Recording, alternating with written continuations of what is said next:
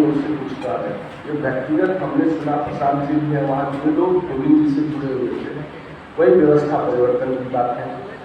हालांकि इससे पूर्व भी हम लोगों ने जब अन्ना आंदोलन हुआ था और केजरीवाल जी के साथ कई विषय पर स्वाभिमान आंदोलन के बैनर पर ही हम लोग बैठे थे 7% के विषय पर, उस समय भी जो कई बातें आ रही थी तो स्पष्ट लगता था कि जो गोविंद जी जिन बातों को रख रहे हैं उन बातों को लेकर, हालांकि इसका गोविंद जी ने कहा भी है कि जो उनकी किताबों में भी लिखा है कि इस किताब के जो भी अंश है आप किसी भी रूप में इसका उपयोग करें, बात जानी चाहिए कहीं भी।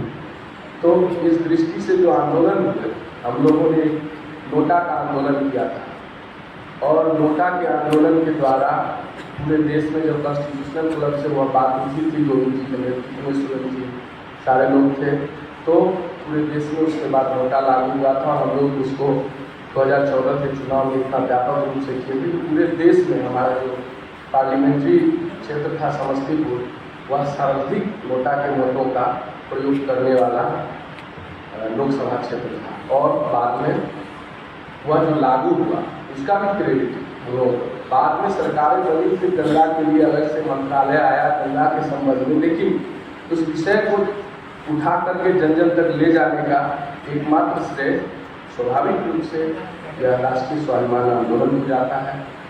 गाय का विषय है, जब विकास मंत्रालय है तो आप मानेंगे कि हमने विषय को लिया था और इस विषय को अपने परिणति तक ले जाने में ये सहयोगी हो रहा है।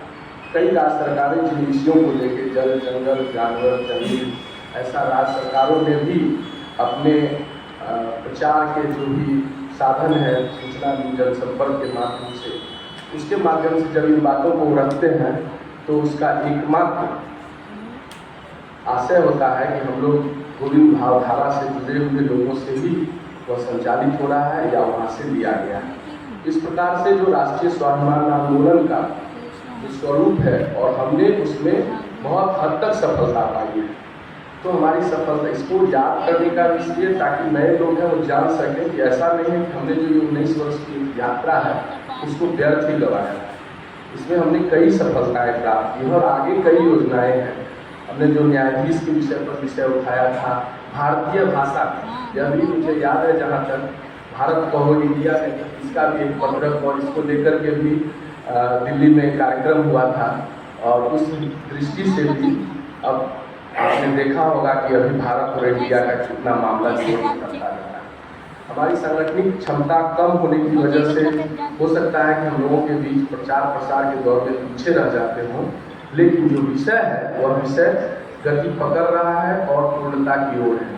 और इन सब बातों को जब हम ग्रहण करते हैं तब लगता है कि गोविंद जी का महत्व, उनके जो बताए गए रास्ते हैं वह कितना प्रभावकारी, और इन सबों का सूत्र व्यवस्था परिवर्तन की दृष्टि से है। और वह व्यवस्था परिवर्तन पर आज का इस सत्र माननीय श्री सुरेंद्र मिश्र जी को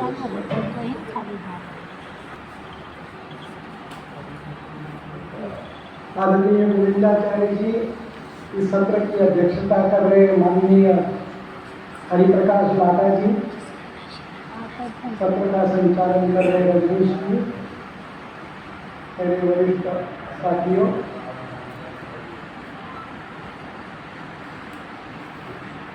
ये हमारे इस प्रशिक्षण वर्ग का उद्घाटन सत्र से मिला लिया तो तीसरा है, नहीं तो ये दूसरा सत्र है। पहले सत्र में हमने हमारा जो दर्शन है, अंग्रेजी में जिसके लिए फिलॉसफी शब्द कहा जाता है, तो उसी फिलॉसफी में से आइडियोलॉजी निकलती, विचारधारा निकलती है, दर्शन में से विचारधारा निकलती है। उसी के आधार पर सिद्धांत बनते हैं, उसी के आधार पर नीतियां बनती हैं। तो राष्ट्रीय स्वाभिमान आंदोलन ने अपने फिलॉसफी, अपने दर्शन के रूप में प्रकृति केंद्रित विकास दर्शन को स्वीकार किया है। प्रकृति केंद्रित विकास ये माननीय गोविंदाचार्य जी ने हमको एक दर्शन के रूप में दिया है।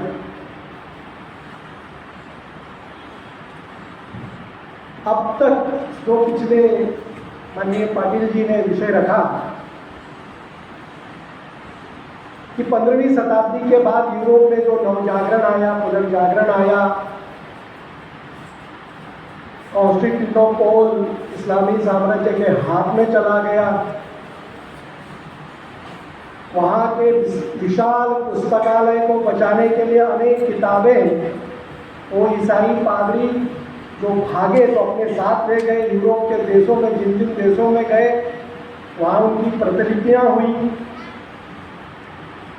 तो उनको लगा कि अच्छा हमारे पूर्वज ग्रीक संस्कृति के सारी पुस्तकें यूरोप तक पहुँची जो चर्च ने मध्यकाल में दबा दी थी। तो उनको लगा कि हम अच्छा इतनी बड़ी विरासत के हम लोग उत्तराधिकारी हैं, तो एक नव जागरण वहाँ प्रारंभ हुआ। उसमें से कॉन्स्टेंटिनोपल इस्लामी साम्राज्य के हाथ में जाने के लिए दूसरा परिणाम हुआ भारत से या भारतीय उपमहाद्वीप से जो मसाले उनको मिलते थे, क्योंकि उनका मुख्य आहार मांस है और मांस सड़ जाता है तो दुर्गंधी नहीं आनी चाहिए, तो मसालों की जरूरत पड़ती है। अब वो स्थल मार्ग जो था, भूमि से जो यूरोप को जोड़ने वाला शहर था, वो तो उनके हाथ में चला गया। तो भारत की खोज में निकलना शुरू हुए कि समुद्री मार्ग से भारत से लाया जाए। तो पहला व्यक्ति भारत के खोज में निकला, कोलंबस और अमेरिका पहुंच गया।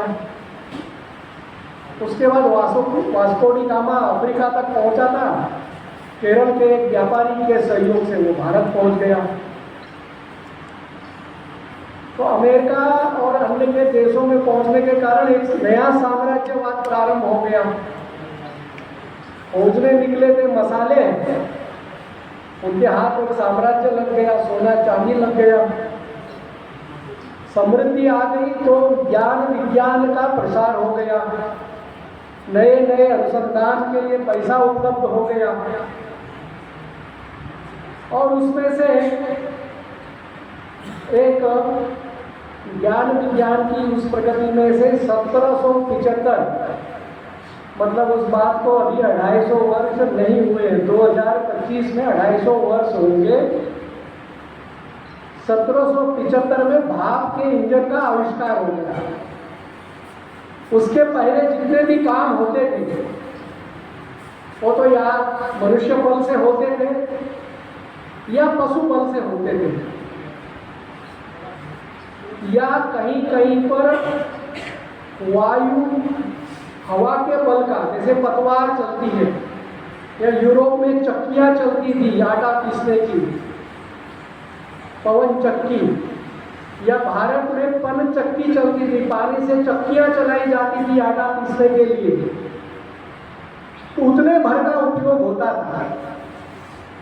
लेकिन भाप के इंजन से एक नया खनिज ईंधन का उपयोग करके यंत्रों को चलाया जाने लगा और उसमें से औद्योगिक क्रांति, यूरोप में एक औद्योगिक क्रांति प्रारंभ हुई। उसके पहले यूरोप में एक घटना और हो चुकी थी। इस जो नव जागरण के कारण ईसाइयत में नव जागरण प्रारंभ हुआ और जो कैथोलिक चर्च, जो चर्च था उस समय तक तो वो एक ही चर्च था, उसके प्रति विद्रोह हुआ और उसमें से प्रोटेस्टेंट पंथ का जन्म हुआ। मार्टिन लूथर किंग की कहानी हमारे स्कूलों में आपने पढ़ी होगी। तो वो जो ज्ञान विज्ञान जो कॉन्स्टेंटिनोपल से जो पुस्तकें वहाँ गई यूरोप में, आधा को जला दिया। जितना समय नालंदा जलाने को लगा उससे आधा समय इस्लामी साम्राज्य को कॉन्स्टेंटिनोपल का पुस्तकालय जलाने में भी लगा। लेकिन कुछ पुस्तकें, जैसे हमारे लोग तिब्बत भाग गए नालंदा की पुस्तकें लेकर, वैसे कॉन्स्टेंटिनोपल के पादरी आदि पुस्तकें यूरोप के देशों में ले गए। तो उसमें से ये प्रोटेस्टेंट पंथ का जन्म हुआ। इस प्रकार से पुनर्जागरण, साम्राज्यवाद विश्व में फैल गए, यांत्रिकरण, औद्योगिक क्रांति और प्रोटेस्टेंट पंथ का जन्म। इसके कारण से उन्होंने घोषित कर दिया प्रोटेस्टेंट पंथ के प्रभाव के कारण कि मनुष्य प्रकृति का अंग नहीं है, मनुष्य प्रकृति का विजेता है और ये जो सारे सृष्टि में पदार्थ है ये मनुष्य के उपभोग के लिए है।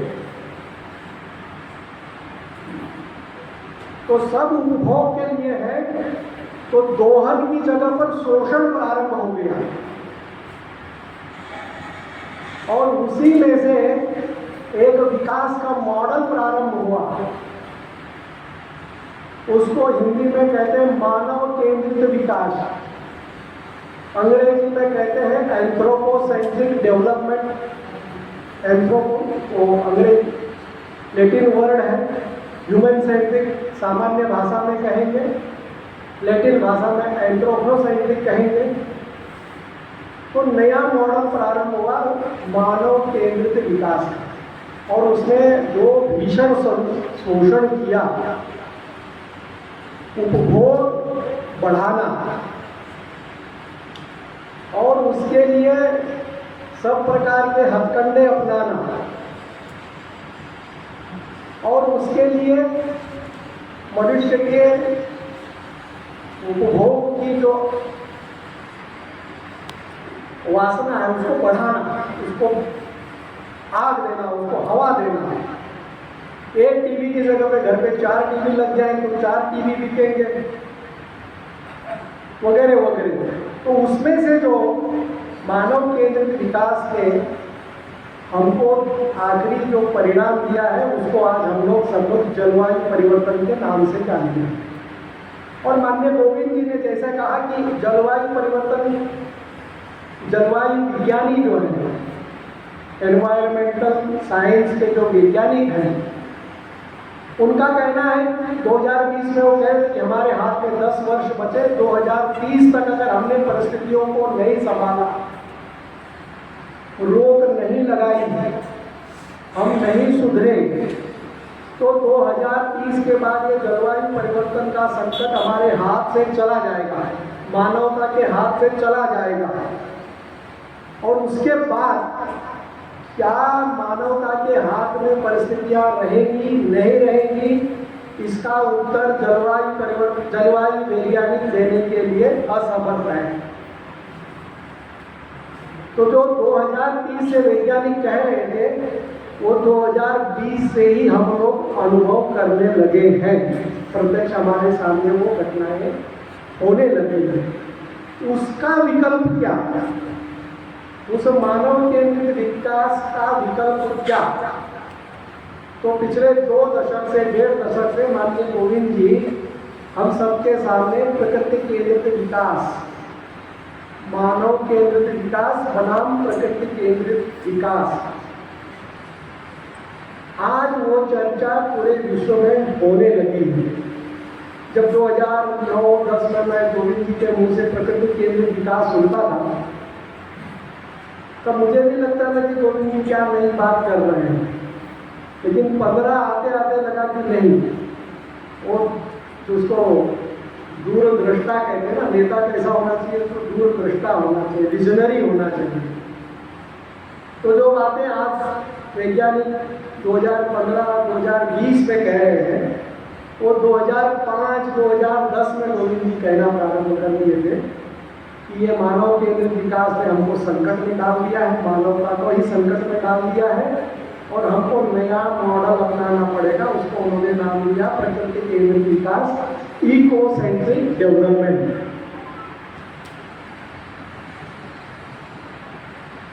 ये हमारा, तो उसमें जो प्रकृति में सब वस्तुएं हैं, पेड़ पौधे हैं, जंगल है, प्राणी है, पर्वत है, नदियां हैं, ये केवल मनुष्य के उपभोग के लिए नहीं है, उसका शोषण नहीं, उनका दोहन तो कर सकते हैं, तो उनका दोहन हो, शोषण नहीं। एक बात कही। दूसरी बात, तो व्यवस्था परिवर्तन का पूरा खाका, हर चीज कैसे हो उस पर विचार होना जरूरी है। तो ये इसकी भूमिका थी व्यवस्था परिवर्तन की, हमने जो मांग की थी। व्यवस्था परिवर्तन का क्या अर्थ है? एक प्रश्न स्वाभाविक होता है। तो एक होता है कि आप पूरा संविधान बदलना चाहते हैं क्या, जड़ से उखाड़ के नई व्यवस्था लाना चाहते हैं क्या? दोनों अलग अलग है, दोनों अलग अलग है, कभी करना है, दूसरा है। ये दूसरा बन रहा है, उसको अलग करिए, अभी वाला बन है। दोनों अलग अलग है, दोनों पार्टी हैं, या तो दोनों पार्टी दोनों पार्टी सब हाँ, लेकिन दोनों पार्टी एक ही पार्टी हम बनाना चाहते हैं क्या, या इसी व्यवस्था में आप बदलाव करना चाहते हैं, ऐसा एक प्रश्न उपस्थित किया जाता है। तो उसका उत्तर है कि हम वर्तमान जो व्यवस्था है, आज जो हमने संविधान स्वीकार किया है, आज जो हमने लोकतंत्र स्वीकार किया है, आज जो हमने एक शासन पद्धति स्वीकार की है, उसी में हम बड़े बड़े बदलाव और बड़े बड़े परिवर्तन करना चाहते हैं, ताकि वो भारत के लिए काम कर सके और गरीब के लिए काम कर सके। आज की जो व्यवस्था है वो अमीर के लिए काम कर रही है, विदेशों के लिए काम कर रही है। तो आम व्यक्ति के लिए व्यवस्था काम करेगी, इसलिए उसमें बदलाव, बड़े बड़े बदलाव, बड़े बड़े सुधार।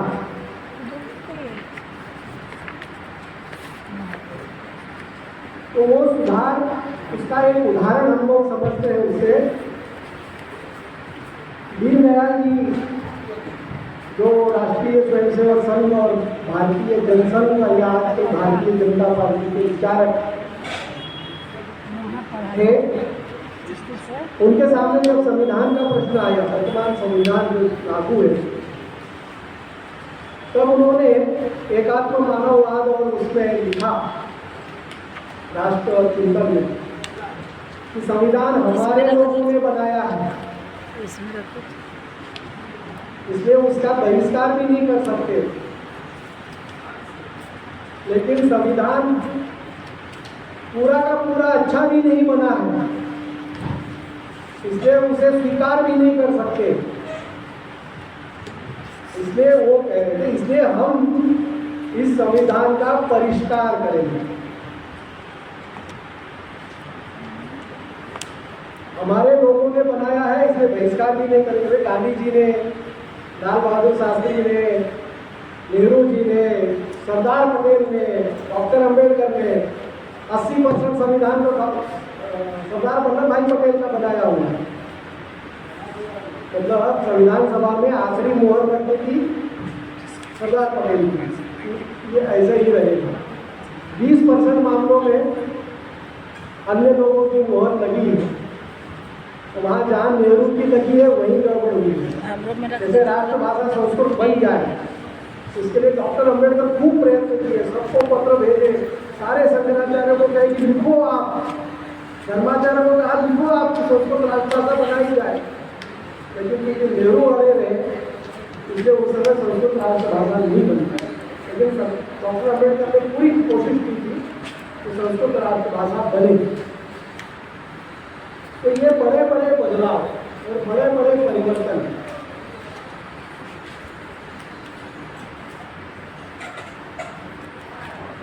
तो हम इस व्यवस्था को जड़ से उखाड़ने की बात नहीं कर रहे हैं। इस व्यवस्था में बड़े बड़े बदलाव और बड़े बड़े परिवर्तन की बात कर रहे हैं। दूसरा एक प्रश्न आता है कि आप किस व्यवस्था में बदलाव चाहते हैं, राज्य व्यवस्था में, समाज व्यवस्था में, धर्म व्यवस्था में। तो धर्म व्यवस्था तो हमारे दायरे से बाहर है, राष्ट्रीय स्वाभिमान आंदोलन के दायरे से बाहर है। हम धर्म व्यवस्था में बदलाव के लिए यहाँ नहीं हैं। हम राज्य व्यवस्था में बदलाव की बात कर रहे हैं, क्योंकि हमारे ऋषि मुनियों ने, वो भगवान वेद व्यास हो, वो महर्षि वाल्मीकि हो, वो आचार्य कौटिल्य हो, सबने शब्द इधर उधर किया है, लेकिन राजा कालस्य कारणम, अच्छा समय और बुरा समय जो किसी समाज या देश का आता है तो राजा उसका कारण है। ये हमारे ऋषियों ने एकदम साफ लिखा हुआ है। तो आज की राज्य व्यवस्था में गड़बड़ है, इसलिए समाज की ये दशा, देश की ये दशा। अगर वो व्यवस्था, राज्य व्यवस्था ठीक हो जाएगी तो सारी बातें सुधर जाएंगी, सारे विभाग काम करने लग जाएंगे, परिणाम आने लग जाएंगे। तो हम राज्य व्यवस्था में बदलाव की बात कर रहे हैं। हमारा व्यवस्था परिवर्तन से मतलब राज्य व्यवस्था में क्या बदलाव हो, उसी से हमारा आशय है। एक सामाजिक कुछ विषय ऐसे हो सकते हैं जो राज्य के क्षेत्र में आ जाते हैं, जैसे छुआछूत वाला है, जो संविधान ने उसको प्रतिबंधित कर दिया। लेकिन मोटे तौर पर जो समाज व्यवस्था और धर्म व्यवस्था तो हमारे अधिकार क्षेत्र में नहीं है, तो राज्य व्यवस्था की बात करते हैं। और चूंकि वर्तमान में राज्य व्यवस्था के अंतर्गत ही अर्थव्यवस्था भी आ जाती है। Economy is under state, state decides the policies of economy. मोटे तौर पर अर्थव्यवस्था के नीति नियम ये राज्य बनाता है। कितना टैक्स लगेगा, कहाँ कारखाने लगेंगे, किस व्यापार, किसके आयात पर टैक्स लगेगा, किसके आयात पर टैक्स नहीं लगेगा, किसको प्रोत्साहन दिया जाएगा, ये निर्णय राज्य करता है। तो अर्थव्यवस्था भी राज्य व्यवस्था के अंतर्गत है, इसलिए हम राज्य व्यवस्था की बात कर रहे हैं। अब राज्य व्यवस्था में क्या क्या बदलाव चाहते हैं, तो अगला प्रश्न उस पर आएगा। तो उसके लिए हमने इस व्यवस्था परिवर्तन के जो व्यवस्था है उसको 12 विभागों में बांट दिया है, हमारी सुविधा के लिए और लोगों को अपनी बात समझाने के लिए। तो ये जो आज की व्यवस्था उसको हमने 12 विभागों में बांट दिया है। वैसे मुख्य व्यवस्था के बारे में आपने राजनीति शास्त्र में पढ़ा होगा कि इसके 3 अंग हैं, विधायिका, न्यायपालिका और कार्यपालिका। ये राज्य व्यवस्था के 3 अंग हैं, विधायिका, कार्यपालिका और न्यायपालिका। आगे जाते हैं तो लोकतंत्र में, लोकतंत्र का चौथा स्तंभ मीडिया को कहा जाता है। लोकतंत्र में सत्ता पक्ष और विपक्ष बदलते रहते हैं। जो आज सत्ता पक्ष है कल वो विपक्ष हो सकता है, जो आज विपक्ष है वो कल सत्ता पक्ष हो सकता है।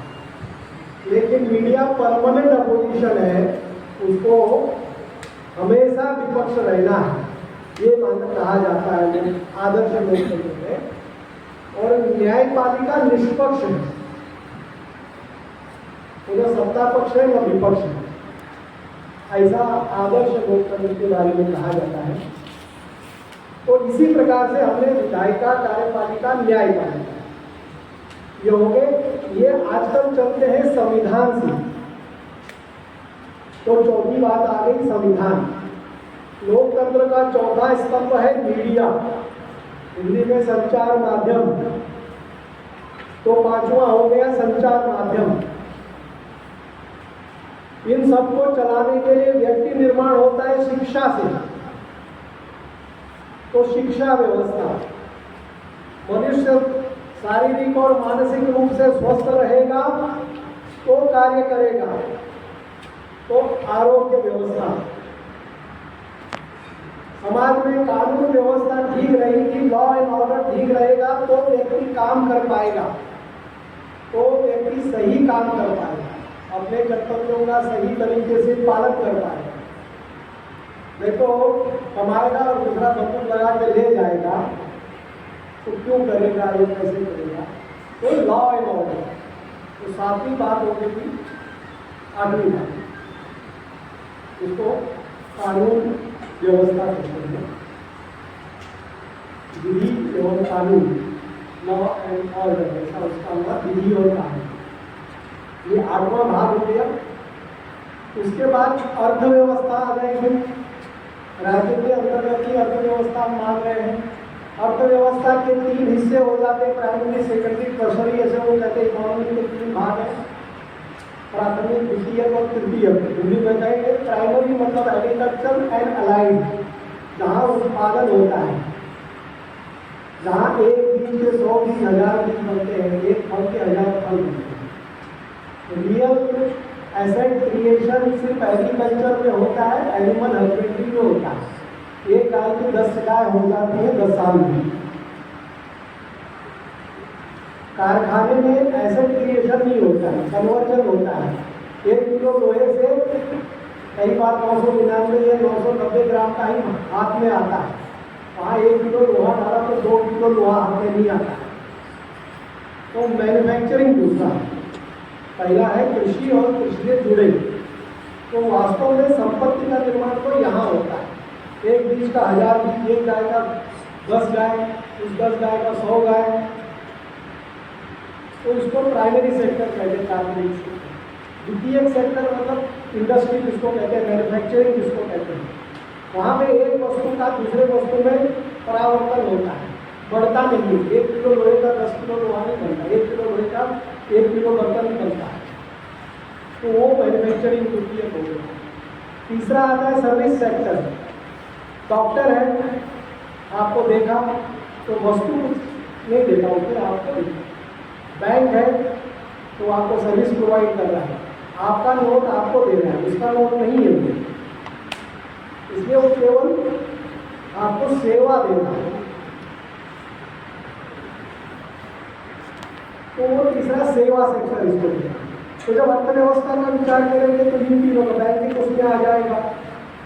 उसमें अनेक जो विभाग आज के हैं सेवा क्षेत्र के, IT सेक्टर आ जाएगा। आपका एप्लीकेशन ऐप में देख रहे हैं व्हाट्सएप, वस्तु तो कहीं इधर उधर नहीं हो रही है, तो वो सेवा क्षेत्र में। मोबाइल का यंत्र है वो मैन्युफैक्चरिंग में आ जाएगा। उसके जो ऐप है, उसके में जो सॉफ्टवेयर है वो सेवा क्षेत्र में आते हैं। तो ये 3 क्षेत्र जब अर्थव्यवस्था का विचार करेंगे तो इन तीनों पर विचार हो जाएगा। उसके बाद 3 क्षेत्र जो बचते हैं वो जिनका अन्य देशों से संबंध आता है, वो बड़े क्षेत्र बन जाते हैं। विदेश नीति, विदेश व्यापार और रक्षा नीति। विदेश व्यापार करेंगे तो दूसरे देश से संबंध आता है, लेकिन नीति तो सरकार बनाती है, हमारी सरकार स्वीकारती है। किसी देश से समझौता करेंगे तो हमारी सरकार करेगी, क्या खरीदेंगे क्या नहीं खरीदेंगे, किस दाम पर खरीदेंगे, किसको यहाँ कारखाना लगाने देंगे, किसको नहीं देंगे। हम किसी देश में कारखाना लगाएंगे तो निवेश करने देंगे अपने लोगों को कि नहीं देंगे दूसरे देशों में। तो ये विदेश व्यापार आ जाता है और विदेश नीति आ जाती है। हम पूरे दुनिया में आइसोलेटेड नहीं, अकेले नहीं हैं, अन्य अनेक देश हैं। उन देशों के साथ हमारे मैत्री संबंध चाहिए। कुछ लोग हमारे स्वाभाविक शत्रु होंगे तो कुछ लोगों को अपने मित्र बनाना पड़ेगा। तो उसमें जो कौटिल्य का साढ़ूल्य है ना, संधि विच्छेद वाला जो है, संधि विग्रह, ज्ञान, आसन और द्वैधी भाव और संश्रय, ये 6 इसमें कहे हैं। फिर कभी उसमें आगे जब हमारा 3 दिन की जगह पे 8 दिन का सत्र होगा तो ये भी विषय तो उसमें राजनीति शास्त्र की सत्र रहेगा, तो उसमें सब आ जाएंगे। तो विदेश नीति आ जाएगा और रक्षा नीति, देश की सेना, देश के लोगों को जो सेना के बारे में हमारी नीति क्या है, रक्षा के बारे में आंतरिक नीति विधि लॉ में आ जाएगी। और ये विदेश नीति दूसरे देशों से संबंधित, उसमें रक्षा नीति। तो ये 12 विभाग हो गए। 12 विभागों में फिर उप विभाग होंगे। जैसे आज जिसको विधायिका कहते हैं, लेजिस्लेटिव, ये चुनाव से जीत कर आती है, तो चुनाव सुधार की बात आ जाएगी। तो विधायिका में क्या सुधार चाहते हैं और विधायिका जहाँ से आती है उस चुनाव में क्या सुधार चाहते हैं, ये विषय आ जाएगा। तो विधायिका का एक और विभाग चुनाव सुधार हो जाएगा। तो ऐसे 12 विभागों में हमने इसको बांटा है। हर विभाग में हम क्या चाहते हैं, विधायिका में हम क्या सुधार क्या परिवर्तन चाहते हैं, कार्यपालिका में हम क्या सुधार क्या परिवर्तन चाहते हैं, न्यायपालिका में क्या सुधार क्या परिवर्तन चाहते हैं, शिक्षा व्यवस्था में हम क्या सुधार क्या परिवर्तन चाहते हैं, तो इन रक्षा नीति में हम क्या सुधार क्या परिवर्तन चाहते हैं। इन सारे 12 विभागों में हम विचार करें, विद्वानों से विचार विमर्श करें, तो हमारा जो कलेक्शन होगा, विधायिका में हमको लगता है ये 10 काम हो जाने चाहिए बदलाव में, न्यायपालिका में ये 5 काम बदलाव के हो जाने चाहिए, शिक्षा व्यवस्था में ये 10 काम या 20 काम हो जाने चाहिए, आरोग्य क्षेत्र में आयुर्वेद भारत का है, भारत की प्राचीन हमारी संस्कृति हमारे परंपरा से जुड़ा हुआ चिकित्सा पद्धति आयुर्वेद, तो आयुर्वेद को बढ़ावा मिलना चाहिए। तो माननीय गोविंद जी जो पुस्तक आई स्वराज्य से राम राज्य की ओर, उसमें एक गीत तो आयुर्वेद आया, उसमें उन्होंने लिखा कि जितना आप पैसा एलोपैथी को देते हो उसका कम करने नहीं कह रहे हैं, एलोपैथी का कम करो आयुर्वेद को दे दो, ये नहीं लिखा। जितना सांचा बना, तो सांचा में अगर डिफेक्ट है, कोई खोट है, तो लोटा भी डिफेक्टिव बनेगा। सांचा जानते हैं ना, जैसे बड़े बर्तन बनते हैं तो उसका एक पहले सांचा बनता है, डाई बनती है, तो डाई में डिफेक्ट है तो जो उसका जो उत्पादन बनेगा उसमें भी डिफेक्ट आएगा। तो ये जो व्यवस्था है इसमें खोट है, इनबिल्ट डिफेक्ट्स हैं, उनको दूर कर देंगे तो जो वस्तुओं में खोट दिख रही है, व्यक्तियों में खोट दिख रही है, जो डिलीवरी में जो समाज को देना था इस सरकार में और सरकार के नुमाइंदों में, उसमें जो कठिनाई आ रही है दूर हो जाएगी। दूसरा उदाहरण हम एक देते हैं कि देखिए व्यवस्था परिवर्तन, व्यवस्था ठीक होने का मतलब क्या है। तो आप लोग दिल्ली गए होंगे, दिल्ली में एक मेट्रो रेल चलती है, उस मेट्रो रेल में कोई फूकता नहीं है, लेकिन वही आदमी जब सड़क पर चलता है तो जिधर चाहे उधर फूक देता है। उसको मालूम है कि मेट्रो में कैमरे लगे हैं, मैं कहीं फूक दिया तो 500 रुपया दंड घर आके वसूला जाएगा, लेकिन सड़क पर वैसे वसूलने की व्यवस्था नहीं। तो मेट्रो में न कोई खाता है, न फूकता है, न कोई गंदगी करता है, और वही आपको जब मेट्रो से नीचे उतरता है, सड़क पर चलता है तो खाया हुआ फेंक देता है, फूक देता है। तो मेट्रो ने उसी आदमी को ठीक कर दिया, और क्योंकि व्यवस्था ठीक नहीं थी वही सड़क पे गंदा हो गया। तो व्यवस्था परिवर्तन से ऐसे परिणाम हम लाना चाहते हैं।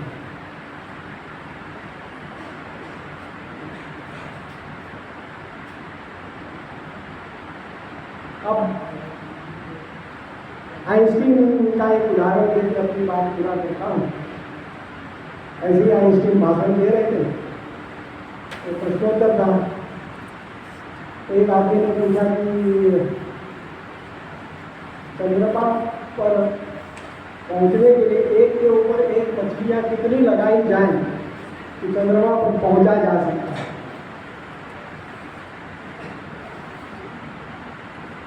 तो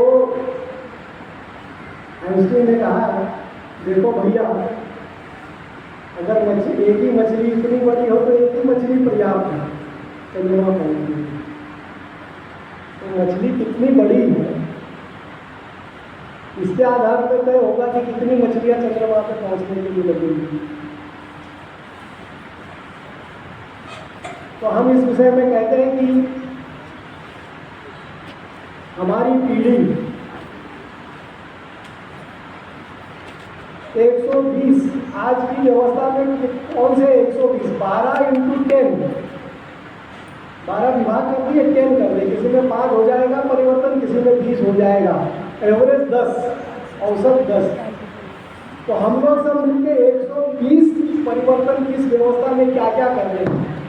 20 तो गोविंद जी ने दे दिए हैं उस पुस्तक में, 100 और हमको ढूंढ के निकालने हैं। अगर वो शॉर्ट ढूंढ के निकाल दिए कि क्या क्या बदलाव होना है, तो हमारी व्यवस्था परिवर्तन का ब्लूप्रिंट बन जाएगा। ब्लूप्रिंट बन जाएगा तो उसके बाद तो जानते हैं हमको आगे का काम क्या करना है। आवश्यकता है, लेकिन अभी इस सत्र का बहुत ही शानदार तरीके से जितने विषय पुलिस और विषय की वस्तु जितने स्पष्ट रूप से सूर्य जी ने रखा है, निश्चित रूप से हमारे मानस पटल पर एक खाका तैयार हो गया होगा व्यवस्था परिवर्तन का। इस संबंध में अभी अगर कुछ प्रश्न हो हमारे बीच से व्यवस्था परिवर्तन के लिए तो आप रख सकते हैं।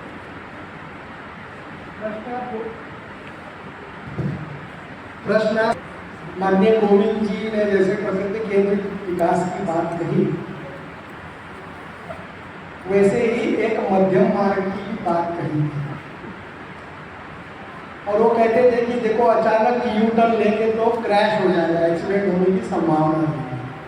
तो समझाने के लिए वो कहते थे कि अचानक यू टर्न नहीं ले पाएंगे, मान लो एकदम झट से नहीं बदल सकते तो लंबा यू टर्न लेंगे। तो मान लीजिए 20 काम इस साल कर लिए, 30 साल 5 साल बाद कर लिए, व्यवस्था परिवर्तन की बात। प्लास्टिक के मामले में भी